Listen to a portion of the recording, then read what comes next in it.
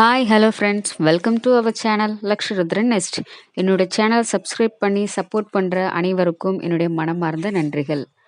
இப்போ நம்ம இந்த வீடியோவில் என்ன பார்க்க போகிறோம் அப்படின்னா, மாசி மாதத்தில் வரும் மகா சிவராத்திரியின் சிறப்புகள் மற்றும் விரத பலன்களை பற்றி இப்பதிவில் காண்போம்.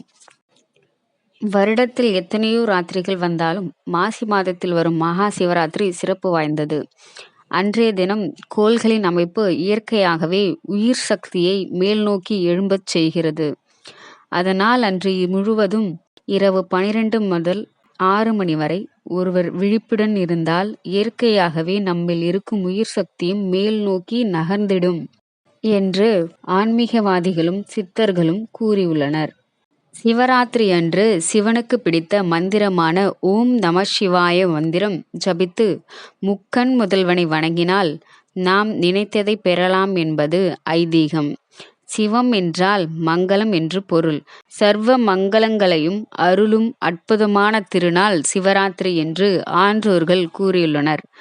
சிவராத்திரி என்று சிவ வழிபாட்டில் ஈடுபட்டால் வாழ்வில் துன்பங்கள் நீங்கி இன்பம் பெறலாம் என்பது ஐதீகம்.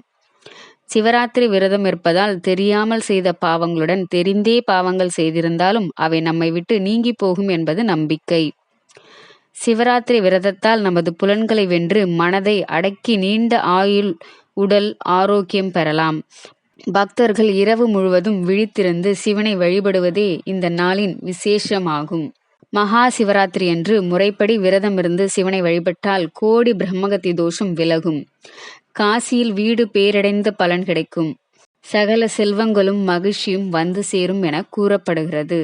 மகா சிவராத்திரி விரதம் இருப்பவர்கள் அதிகாலையில் குளித்துவிட்டு மறுநாள் வரை ஒரு சொட்டு நீர் கூட அருந்தாமல் விரதம் இருந்து சிவனை வழிபட வேண்டும்.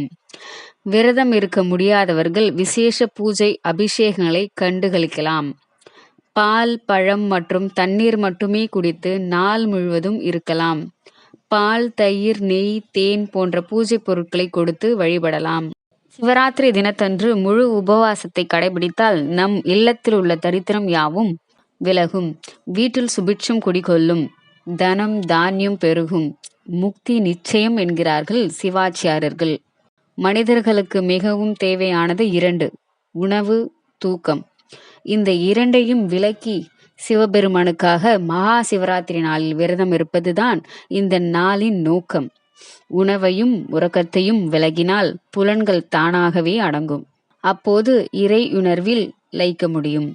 அந்த இறை நினைப்பே முக்தியை தர வல்லது. அது மட்டுமா, காரியம் வீரியமாகும்.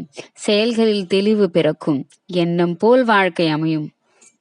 மகா சிவராத்திரி என்று விரதம் இருந்தால் அஸ்வமேத யாகம் செய்த பலன் கிடைக்கும் என்கின்றன ஆகமங்கள்.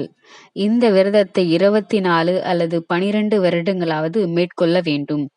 அன்றைய தினம் இரவு முழுவதும் சிவபுராணம் படித்தோ அல்லது கேட்டோ சிவ சிந்தனையுடன் இருக்க வேண்டும். இதனால் எல்லா வளமும் கிடைத்து சந்ததி சிறக்க இனிதே வாழச் செய்வார் தென்னாடுடைய சிவன். செய்யக்கூடாத முக்கிய விஷயம்: சிவராத்திரிக்கு மறுநாள் பொழுதிலும் நாம் உறங்கக்கூடாது. நாம் உணவை எடுத்துக்கொள்ளலாம், ஆனால் உறங்குவது தவறு. அன்று மாலை நாம் பூஜை அறையில் தீபம் ஏற்றி வழிபட்டு இரவு 8 மணிக்கு உறங்கலாம்.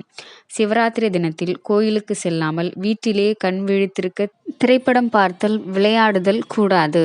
சிவராத்திரியில் படிக்க வேண்டியவை: நாம் இரவில் வீட்டிலேயே இருக்க விரும்பினால் சிவலிங்கத்திற்கு 4 சாம பூஜை, அபிஷேகம், ஆராதனை, அலங்காரம் செய்து வழிபாடு செய்து தேவாரம், திருவாசகம், சிவபுராணம், பெரிய புராணம் உள்ளிட்ட சிவன் பாடல்கள் படிக்கலாம்.